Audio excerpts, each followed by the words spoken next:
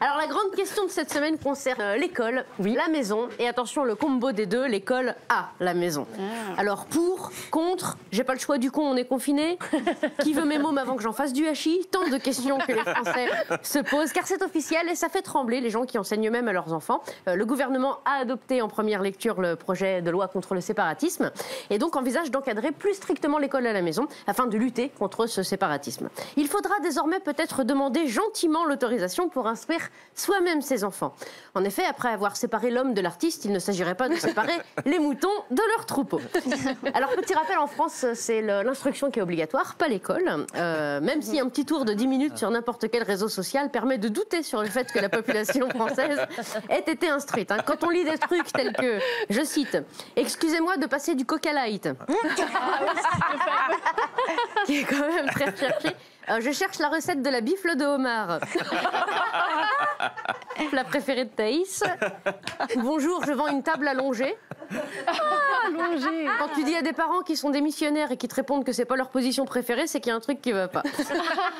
Alors de quoi a peur le gouvernement? Il a peur que certains parents élèvent leurs enfants hors les lois de la République et dans les abus de la religion. Jusque-là, tout va bien. Le problème, c'est que pour 99% des 62 000 familles qui éduquent eux-mêmes leurs enfants à la maison, ce n'est pas une question de religion, il s'agit juste d'une déception vis-à-vis de l'école qui ne correspond plus aux enfants d'aujourd'hui, qui, contrairement aux enfants d'il y a 50 ans, ne peuvent plus être considérés comme des meubles de jardin. Moi, si je peux, ma fille ne mettra jamais les pieds dans une école classique. Puisse le dieu des bobos CSP+, mettre sur notre route une école démocratique à pédagogie alternative avec des graines véganes à la pause déj. Alors, faut-il ou non scolariser ses enfants à domicile? J'ai voulu savoir ce qu'en pensent les Français, c'est pourquoi j'ai envoyé mon fidèle assistant Charles Magne dans les rues de Paris pour leur poser la question. Voici leur avis. Je pense qu'être prof, c'est pas donné à tout le monde. Qu'en penses-tu? Il suffit d'avoir des papiers d'identité et un visage. Même moi, je peux le faire. Tremblez, les enfants. Donc, faut la patience. Ou du Xanax. Oui, tout à fait, parce que je l'ai déjà fait au premier confinement. Oh, la pauvre. Ça s'est super bien passé. Mais bien sûr, et la marmotte, elle met le chocolat dans le papier d'alu.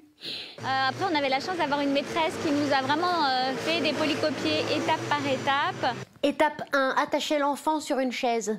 Étape 2, le bâillon. Je pense que c'est quand même un sujet compliqué dans le sens où ça peut creuser des inégalités. Mais je vois pas pourquoi qu'a dit ça. Moi, quand je fais la dictée à Brandon, ça se passe très bien et il fait pas de faute. Bon, comme je sais pas lire, il corrige lui-même, mais quand même.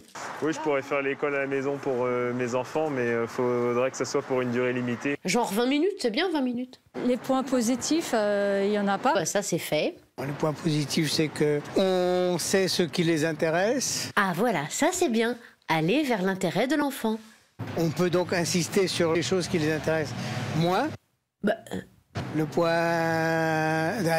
le point quoi? Le Connais pas. point négatif, c'est que les enfants ont besoin d'aller à l'école parce qu'ils ont besoin d'être socialisés. Bah, s'il y avait que l'école pour se socialiser, on serait tous devenus des psychopathes. Bah, je pense qu'un enfant qui n'a pas été à l'école, c'est un enfant aussi qui socialement sera pas, aura été moins dans en collectif. On va peut-être la refaire celle-là, non? Eh ben, on n'est pas rendu. Un reportage poignant et des réponses enregistrées chez ma grand-mère.